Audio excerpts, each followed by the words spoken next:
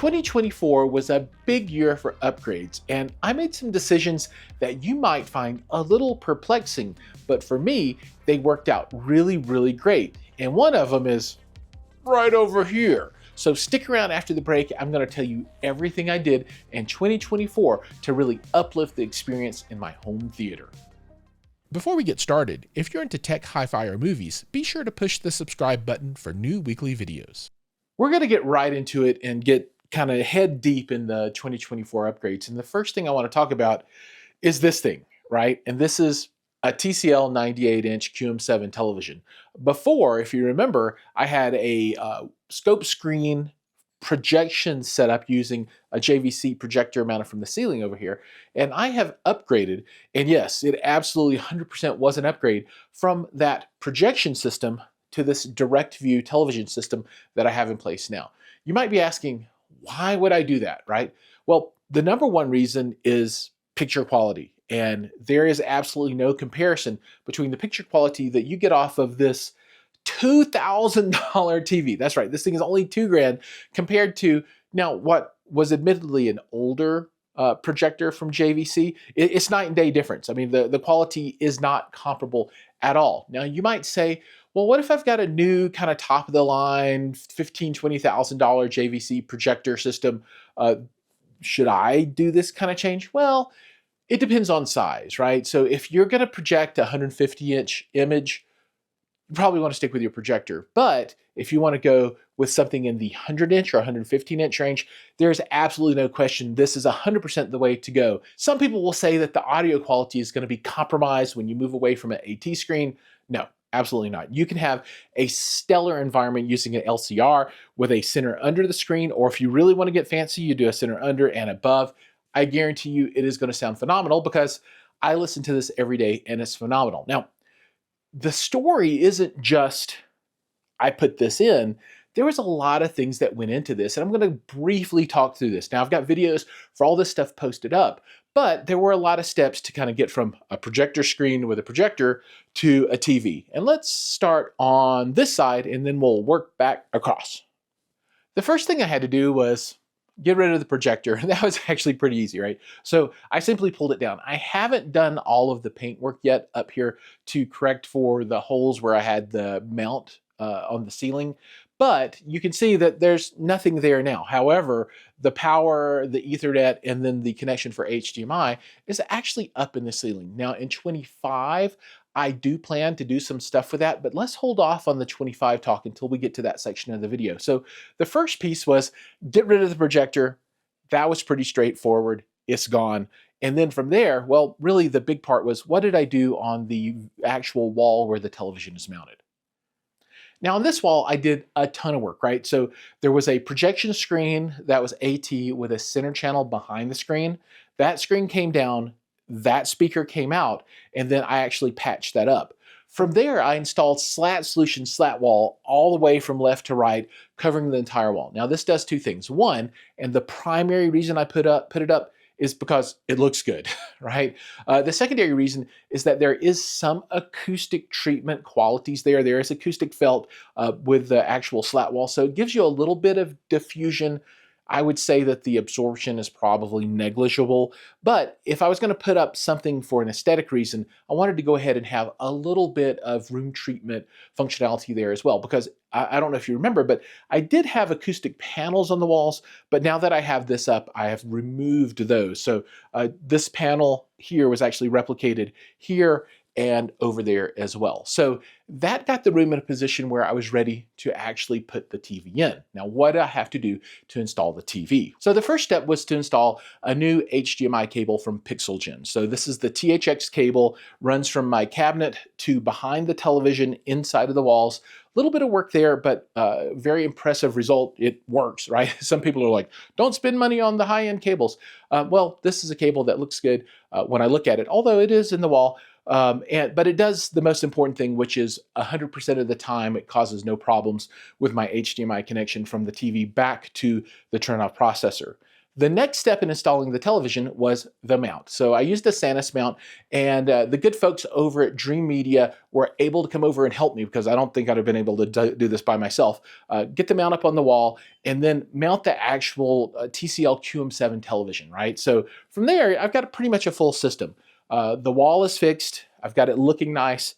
Mount is up, and the QM7 on the wall connected with the THX cable back to the rack. So the result has been absolutely stunning, right? I'm able to have the lights on, I have Dolby Vision, I can use apps inside of the television, I can also use devices back behind the Trinnov in the rack. So I would have to say this is, from a video point of view, an absolutely stunning upgrade at a price point that pretty much anybody can afford. All right, let's cover off on the rest of the upgrades from 2024 in the room. And these subwoofers are an absolute addition. So these were actually part of a tower system from RBH Sound. And, you know, I've got a full Starke Sound system, and I can't really change these without a lot more going on. And I'm super happy with them, so I don't want to change them. But the subwoofer module, and this is a dual seal 12 from RBH with an integrated speaker power amplifier. These are amazing. They put out a ton of bass, and the form factor works really well with the speakers that I have in here. So for now, these will be up in the front as the part of the 2024 upgrade, as part of the complete subwoofer complement of 5 subwoofers that we have running in the room. Now, this is kind of like 2 because it's dual 12, so maybe you call that a 7 subwoofer system, but it's 5 discrete units. In any event, subwoofers here and on the far side as well for a match pair as the front soundstage subwoofers. Moving across, I've got some sweet IKEA furniture right here, right? This was just simply to get the center channel speaker off the ground, which is also an upgrade. Now, before I had the ICH3 or IWH3 in-wall speaker from Starke Sound, well, this is their IWH5, which is their flagship in the Halo series. Now, Halo is going to get a refresh in 2025, and that'll be announced in March. But for now, this is still top of the line for the Halo series. And for me, it's brand new in my theater, having the sound in this form factor rather than behind the screen. Now, at the bottom, you can also see I've got a PS5 Pro. And this has been super fun in the room, particularly with this display that can take as much frame rate as this thing can throw at it. With a projector, you didn't have nearly the performance that you have using this plugged directly into the television and then using eARC back to the Trinnov for the surround sound, which gives you a really stunning experience. The last 2 upgrades in the front of the room, one of them is a home theater functional kind of upgrade, and then another really is for my YouTube channel and for testing out equipment. But I've got the Ava Cinema Remote, and this is an absolute monster. I've got one video out about it. I'm going to put out another, and I really love this remote. It kind of bridges the gap between Logitech and the Harmony stuff, and then the really super expensive remotes. Now, this is not inexpensive by any stretch of the imagination, and you still need vendor support for it. However, I think it's closer to something that's Logitech-like than some of the other stuff like the Cresttrons and those kinds of things. So really, really good remote at a price point that's lower than some of the competition, but it's still super duper awesome. Now, this is a Screen Pro ambient light rejecting ALR ultra short throw projection screen. And I use this to test ultra short throw projectors in this room. So you would come and you'd set the ultra short throw right here. The screen pops up. It's a 100-inch screen, so it gives you the same real estate as this. And then actually the bottom portion of it is acoustically transparent. And while the speaker is a little bit high for that, you can still functionally use it in the room if you want to, and have a really good experience still with the full multi-channel system of sound there. And I have a HDMI cable that comes out that I can plug in that runs back to the rack as well. In the middle of the room, we've upgraded all the seating here as well. So we've moved to a row of 4 with a center love seat from Weilianda. So this is their top of the line home theater seating. And what I really like about this compared to before is that the love center is now in the center as opposed on the right-hand side. And I have to say that I like the black color better than the brown that I had before. Now, I wouldn't mind having something like a main black color with a red or an orange accent, something like that. Or maybe even completely red sofas in here. That might be cool too. But I really wasn't feeling the brown as a color to kind of match inside of this room. So this gives us comfort. I think it looks nice. And then, for those that are looking to make a purchase, the price on these is just outstanding compared to the competition. Now, how long will these things last? I don't know, but we are, I don't know, 3 months in or so, something like that. And so far, so good. They look really good. They're really comfortable, and we use them quite regularly. So another really solid upgrade for the room. Subwoofers in the back of the room aren't new devices, however, they have moved around. So the two Perlisten D15Ss used to be in the front of the room.